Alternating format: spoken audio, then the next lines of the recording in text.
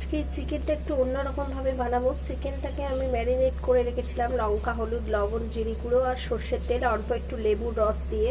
এখানে নিয়েছি গোলা দুধ, টমেটো, ধনেপাতা, হলুদ, লঙ্কা, লবণ, জিরে গুঁড়ো, আদা রসুন বাটা। ফোড়নের জন্য নিয়েছি শুকনো লঙ্কা, গোটা জিরে, এলাচ, লবঙ্গ, ডালচিনি।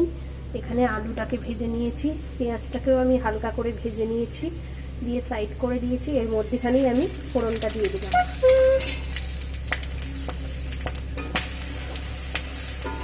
যেহেতু পেঁয়াজটা আমার আগে থেকেই ভাজা হয়ে গেছিলো, তাই আর বেশিক্ষণ লাগবে না।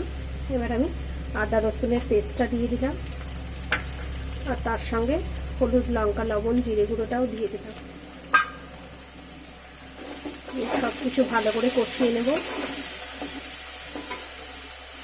আর এর সাথে টমেটো, ধনেপাতাটাও দিয়ে দিচ্ছি। হয়ে গেছে। এবার আমি চিকেনটা, ম্যারিনেট করা চিকেনটা একটা একটা করে দিয়ে দেব।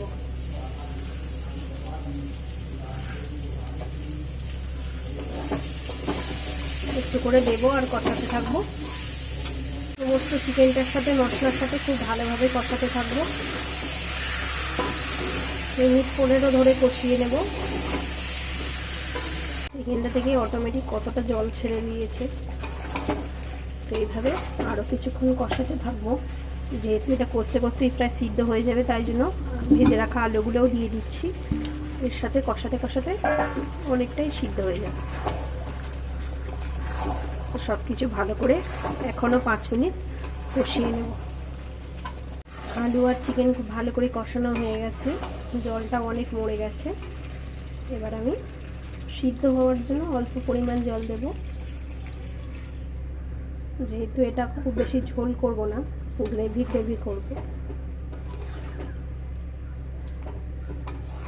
এবার এটাকে চাপা দিয়ে দেব। আর এই যে দুধের মধ্যে গোলাপ ফুলের পাপড়ি ভিজিয়ে রেখেছি, এটা লাস্টে দেব।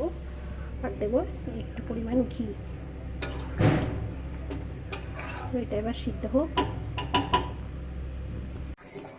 চিকেন, আলু আমার ভালোভাবে সিদ্ধ হয়ে গেছে। রান্নাটা আমার পুরো রেডি। এবার আমি এই দুধে ভেজানো গোলাপের পাপড়িগুলো দিয়ে দিচ্ছি, একটু অন্যরকম স্বাদ আনার জন্য।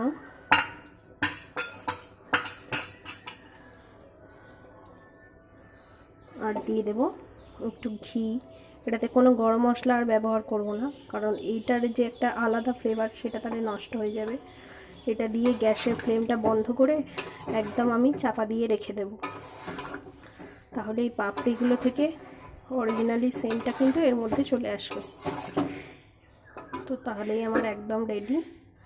কালারটা কত সুন্দর হয়েছে। অবশ্যই আপনারা এই রেসিপিটা ট্রাই করবেন। কেমন লাগলো কমেন্ট করে জানাবেন। আর এই ধরনের নিত্য নতুন রেসিপি পেতে আমার চ্যানেলটি সাবস্ক্রাইব করে পাশে থাকবেন। ভিডিওটা ভালো লাগলে লাইক, কমেন্ট, শেয়ার করবেন। আর অবশ্যই এইভাবে বানিয়ে বাড়ির লোকে খাওয়াতে একদমই ভুলবেন না। তো আমি এবার এটাকে নামিয়ে নেব। নামানোর পর ঠিক কীরকম দেখতে লাগছে অবশ্যই আপনারা রেসিপিটা ট্রাই করবেন। এতক্ষণ সঙ্গে থাকার জন্য অসংখ্য